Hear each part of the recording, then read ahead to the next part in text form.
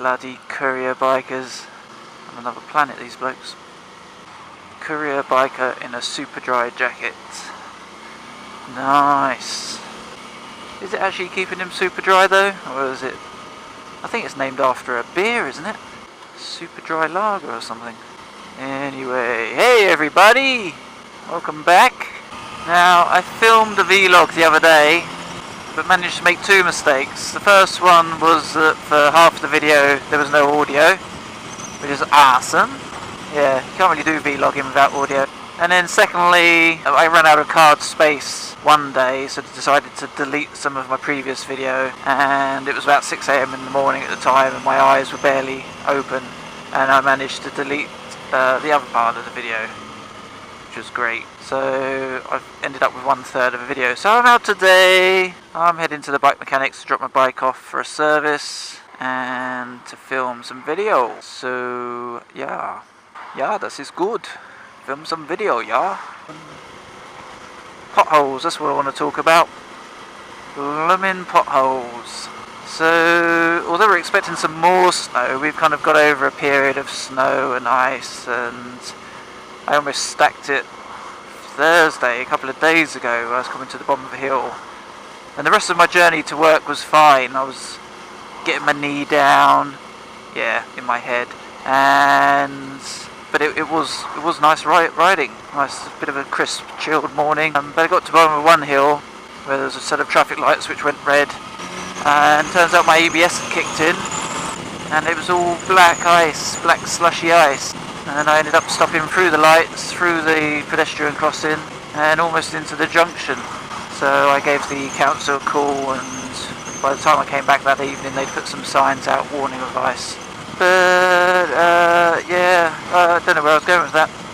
Oh yeah, so ice, yeah, we got over the ice, snow, etc.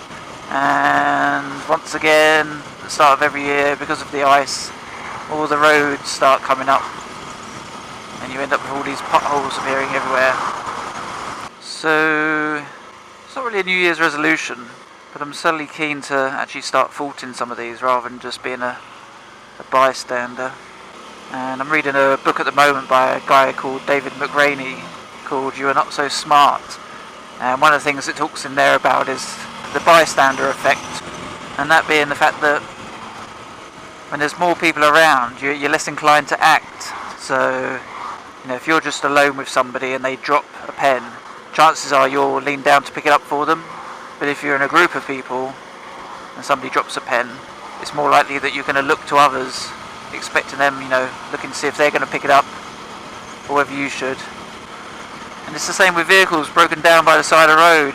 You know, if I see a biker stopped by the side of the road, I do try my best to pull over, if safe to do so, see if they're okay. But again, if you're travelling along a busy street and you see someone broken down, which we often do, no one really stops. It's rare that somebody stops, because we feel like we're in a public area and we think, well, somebody will stop in a minute.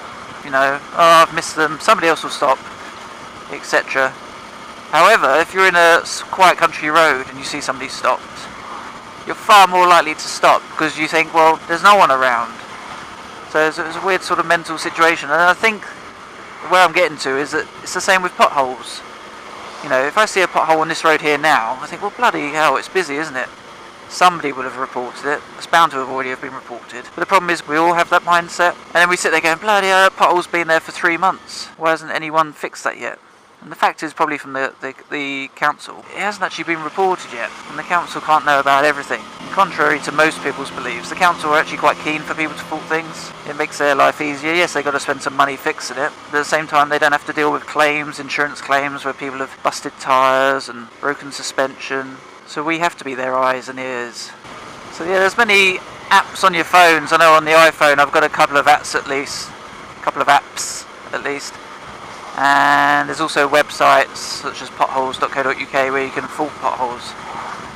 If you know which borough you're in, which council you're in, etc., you can actually go to their own website and fault things. But if you're not too sure, you can go to websites like potholes.co.uk, and they basically do the hard work for you, so you fault it and then they send it to the relevant borough. So with this video, I'd like to encourage people to actually stop when they see potholes and fault them. So it's one of those things that if we don't fault it, who will? So, you know, sod it, as they say. See it, own it, do it. Put in the report, and then hopefully you're going to save somebody some time and hassle, some money, especially for ourselves as bikers. Some of these potholes I see nowadays, they're like bloody wells. It's like they're just mine shafts or something. It's just holes have opened up, and you go around them, and you think, Christ, if I'd gone down that, if I'd hit that, I would, you know, you'd come off your bike.